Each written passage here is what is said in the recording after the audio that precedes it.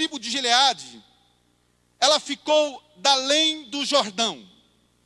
Se você olhar depois, faça isso depois, algumas Bíblias têm aqui um mapa bíblico atrás. Quem não tem, lá tem Bíblia para vender, isso se chama merchandising, né?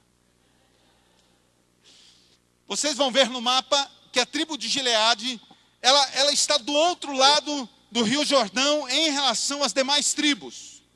Por causa disso, na verdade, diretamente, a tribo de Gileade não estava sendo oprimida pelo exército de Canaã. Ou seja, o nome Gileade significa boa sorte. Quem sabe eles pensavam o seguinte: como nós temos sorte de estar desse lado do Rio Jordão. Coitado dos nossos irmãos, são muito azarados mesmo. Olha lá o que o Císera está fazendo, olha o que o rei Jabim está fazendo. Aqui nós não temos esse problema. Quando dá cheia, então, é muito difícil atravessar o Rio Jordão, nós estamos bem. Queridos, a tribo de Gileade simboliza aquelas pessoas que estão indiferentes com a batalha dos seus irmãos. Acham que porque estão bem, porque não lhes falta nada, não precisam se comprometer na batalha. Estão indiferentes com aqueles que estão indo para o inferno passar a eternidade. Estão indiferentes com aqueles que estão perdidos, porque esse é o problema dos outros, não é o meu problema. Eu fui salvo, glória a Deus, aleluia, Jesus me resgatou, e está bom demais assim. Os outros que vão para o inferno, literalmente. Certa vez eu ouvi uma pregação do meu cunhado, estava pregando em nossa igreja lá em Erechim. Talvez eu já tenha falado isso em outro momento aqui, costumo falar isso muitas vezes, porque foi algo que me marcou. Meu cunhado estava falando de crueldade, acredito que talvez já tenha falado aqui. Ele estava falando de crueldade, e ele disse o seguinte: algumas pessoas dizem que crueldade é quando aquele menino mata alguém no semáforo, no sinaleiro, por causa de R$10. Nós dizemos, gente, que crueldade foi o que fizeram. Talvez poderíamos dizer que crueldade é o que aconteceu lá com aquela família que foi executada de PMs. Nós dizemos isso é crueldade, e realmente é. Nós dizemos que crueldade é aquela mãe que abandona o filho, joga numa lata de lixo. Nós dizemos, gente, como essa mãe é cruel, e realmente é cruel. E aí ele disse o seguinte, que a maior crueldade, muitas vezes, quem realiza são aqueles que se chamam cristãos. Porque eles sabem que familiares deles, que amigos deles, vão passar a eternidade no inferno e não fazem absolutamente nada. Essa pode ser a maior crueldade que alguém pode fazer. Indiferentes com o que está acontecendo, achando que está bom demais a nossa realidade, achando que está bom demais como está. Gileade estava indiferente com a batalha dos seus irmãos, mesmo no meio da luta, mesmo diante da dificuldade. Eles se isolaram da nação de Israel, estavam do outro lado, da além do Jordão, escreve Débora. Agora, olha o perigo, quando alguém se isola. Há uma tática do leão, talvez alguns já observaram em algum documentário. O leão, quando ele ataca uma manada ou um grupo de outros animais, um coletivo, ele não ataca o coletivo. A estratégia do leão é a seguinte: ele persegue apenas um daqueles que fazem parte do coletivo. E aí, quando ele afasta aquele animal, aquela presa, quando ele afasta do rebanho, afasta do coletivo, aí o leão dá o bote, pega aquele animal. Satanás tenta fazer conosco exatamente o que o leão faz. Primeiro ele tenta nos isolar, nos tenta fazer indiferentes, nos tenta fazer não nos importar mais, nos tenta a perder a visão do que o coletivo tem, do que Deus semeou. E aí, quando a pessoa está isolada, ele dá o bote e a torna presa. Por isso, hoje pela manhã nós falamos aqui sobre não nos afastarmos de Jerusalém, sobre o compromisso que nós temos que ter. O Salmo 133, que todos conhecem bem, e eu acho muito interessante, e ele faz duas comparações. Ele diz, ele é como o óleo que desce sobre a barba de Arão. Depois ele usa, que era um sacerdote Arão, ele faz uma outra comparação, ele diz, é como o orvalho que desce sobre o monte de Hermon, porque naquela região ali do monte Hermon, só o orvalho já fazia com que aquele vale se tornasse verde, se tornasse vivo, se tornasse forte. E aí ele conclui dizendo, ali onde há comunhão, o Senhor ordena a sua bênção, versículo 3, e a vida para sempre. É na comunhão que Deus ordena a sua bênção. Por isso Deus quer que você esteja junto, que você esteja fazendo parte dessa batalha, que você não esteja indiferente. Você que está da além do Jordão, atravesse o Jordão e faça parte dessa batalha. Amém? A terceira tribo que não se apresenta diante do chamado do Senhor, diante do chamado de Débora, é a tribo de Dan. Dan, o nome significa julgar. É interessante observarmos qual é o contexto histórico. Dan, a tribo trabalhava junto a navios. Olha o que o texto diz, versículo 17. Gileade ficou da além do Jordão. Diga assim, Gileade ficou isolado, da além do Jordão. E aí o texto diz assim, e Dan, por que se deteve junto a seus navios? Diga assim, Dan se deteve junto aos navios. O trabalho da tribo de Dan era junto a navios mesmo. Eles tinham uma espécie de faziam parte de uma espécie de marinha mercante. Se você olhar no mapa que você vai comprar, merchandising de novo. Se você olhar no mapa lá na sua Bíblia, você vai ver que Israel é banhada pelo mar Mediterrâneo. E junto ao mar, ali, naquela praia, ali na costa, está a tribo de Dan. O que eles faziam? Eles pegavam seus navios e navegavam para outras regiões, compravam produtos. Depois eles voltavam, atracavam nos portos e vendiam os produtos, faziam escambo, negociavam as mercadorias. Era esse o trabalho que a tribo de Dan desenvolvia. O fato é que enquanto os irmãos de Dan, as demais tribos, estavam no meio da batalha, Dan estava junto aos navios, ou seja, estava lá no seu comércio, estava lá no seu trabalho. Veja, queridos, não há nenhum problema do nosso trabalho, pelo contrário, trabalhar é bênção de Deus, foi Deus que criou e Deus abriu portas para mim e você, para que nós pudéssemos sustentar a nossa casa.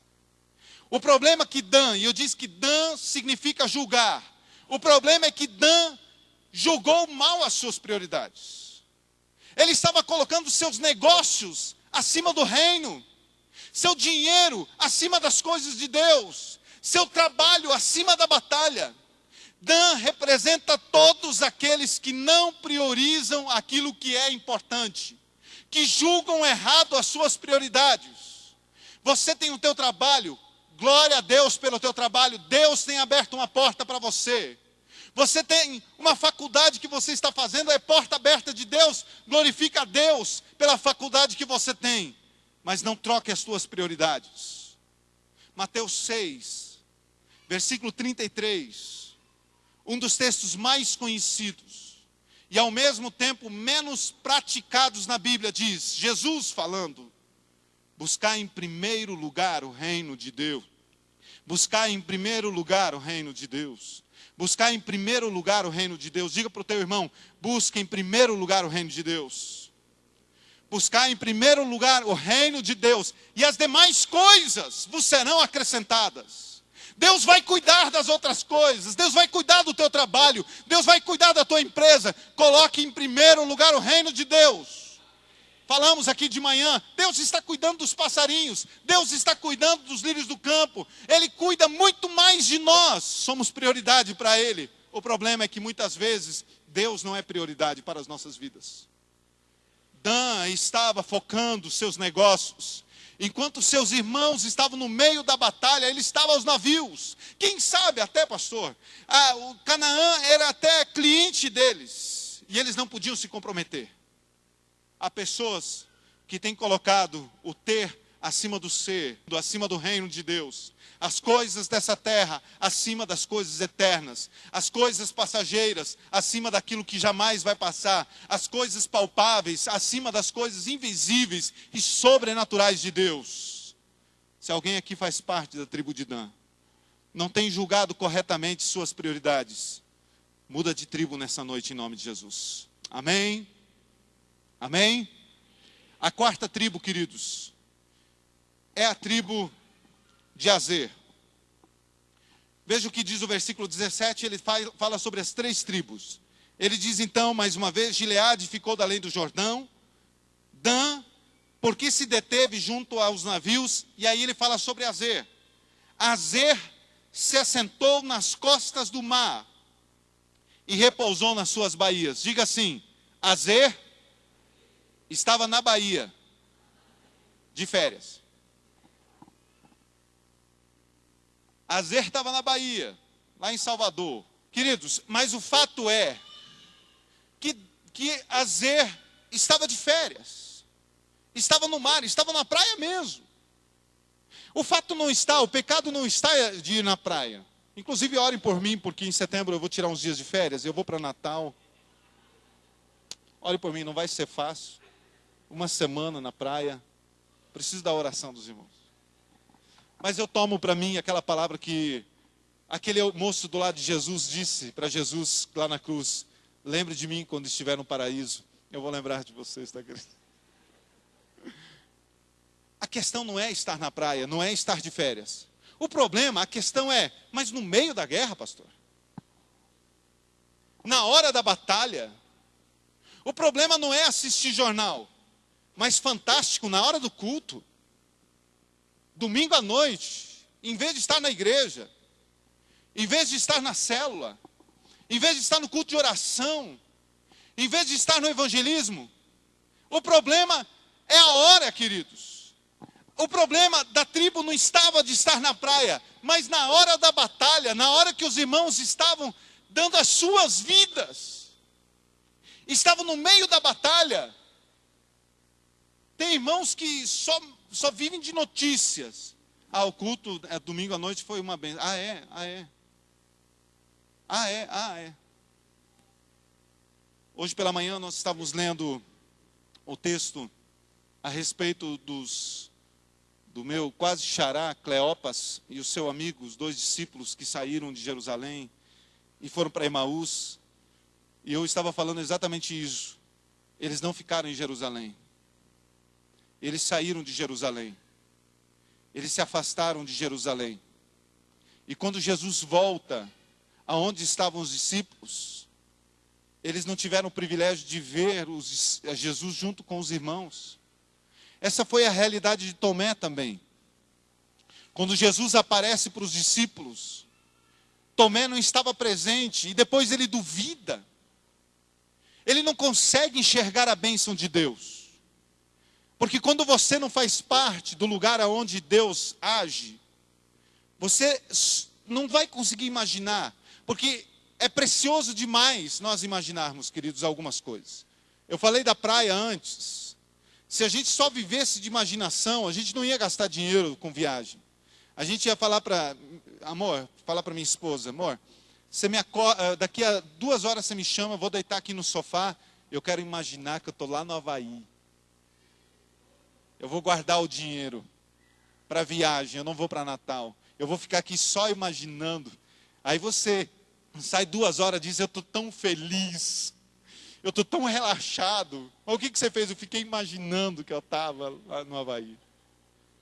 Queridos, nós podemos pensar, podemos até ouvir testemunho, mas nada pode trocar a nossa experiência. Nós podemos ouvir o testemunho das outras pessoas, e é precioso demais isso. Nós podemos ouvir a respeito da bênção da vida das outras pessoas, mas nada vai trocar a tua experiência com Deus. Você precisa viver a tua experiência com Deus, a tua vida com Deus. E isso ninguém pode fazer por você, é você que precisa fazer. Você pode descansar, você precisa descansar Deus descansou no sétimo dia. E é pecado, queridos, pessoas que estão o tempo todo agitados e não descansam. Precisa descansar. Mas há tempo para todas as coisas, diz Salomão. Há tempo para todas as coisas. Os irmãos estão fazendo um evento. Aí tem aquele grupo de sempre, correndo, esgotados fisicamente, correndo para cima, correndo para baixo, se envolvendo. E alguns irmãos vêm só para assistir, e outros nem para assistir não vêm, porque estão na Bahia.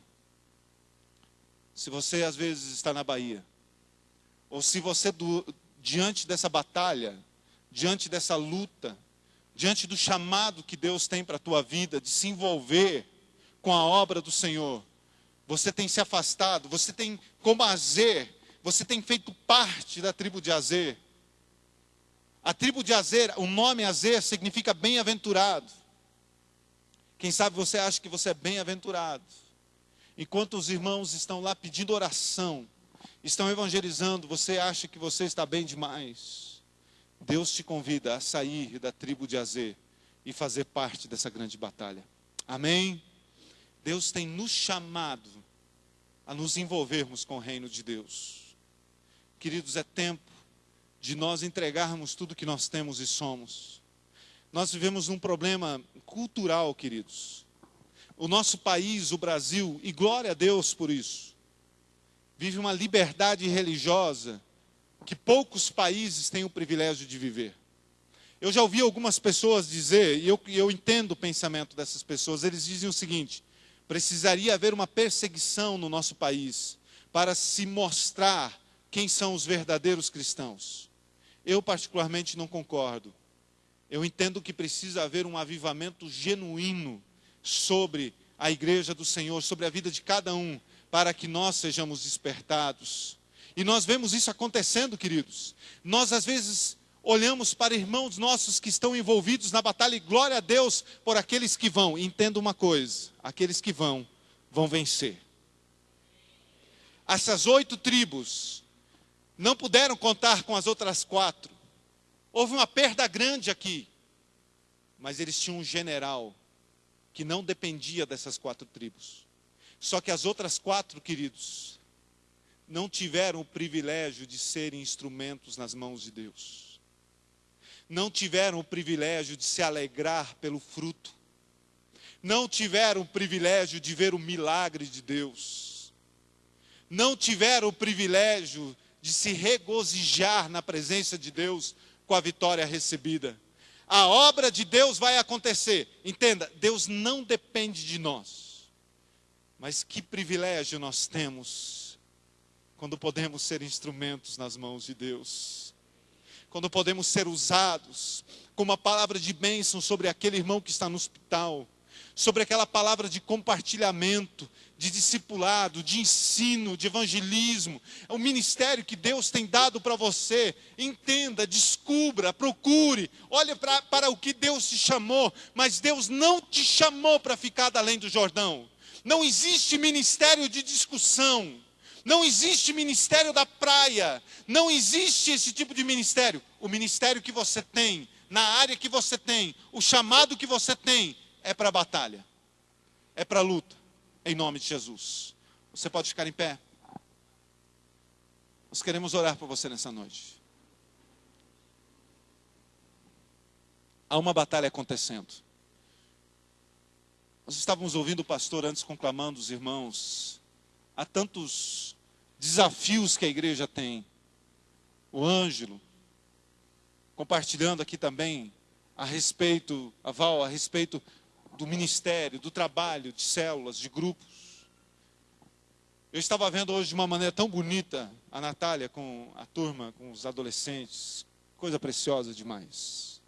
As coisas estão acontecendo. A batalha está acontecendo. Você pode estar em casa. Você pode estar na praia. Você talvez só contemple, só ouça falar. Você jamais vai viver a experiência se você não se envolver. Deus não está chamando você para discutir. Já tem muita gente discutindo. Agora tem o Facebook, que tem muita gente discutindo já. Mas cadê o fruto? Não tem.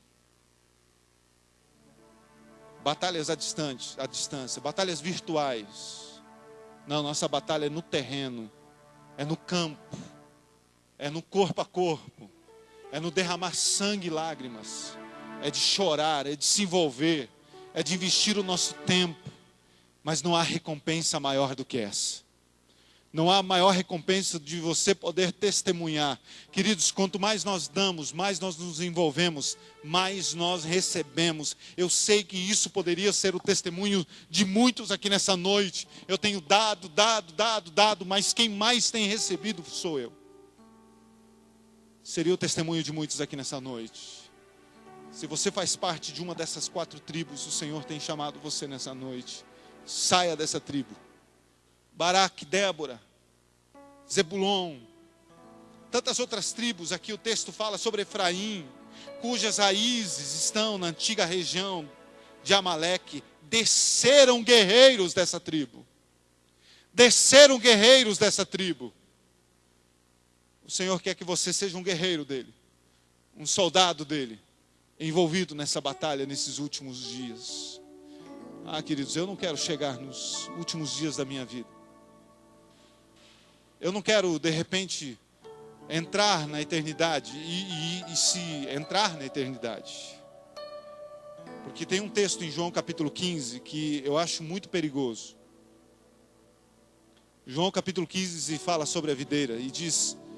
Jesus escreve dizendo: eu sou a videira verdadeira, meu pai é o agricultor, vós sois os ramos. Ele diz: todo ramo que permanece em mim produz fruto. O que não produz é cortado e lançado no fogo. E a não ser que haja fogo no céu, tem pessoas que estão colocando a sua eternidade em risco. Somos chamados a produzir frutos, a nos envolvermos. Quero orar por você nessa noite. Oh Deus, fale com Deus.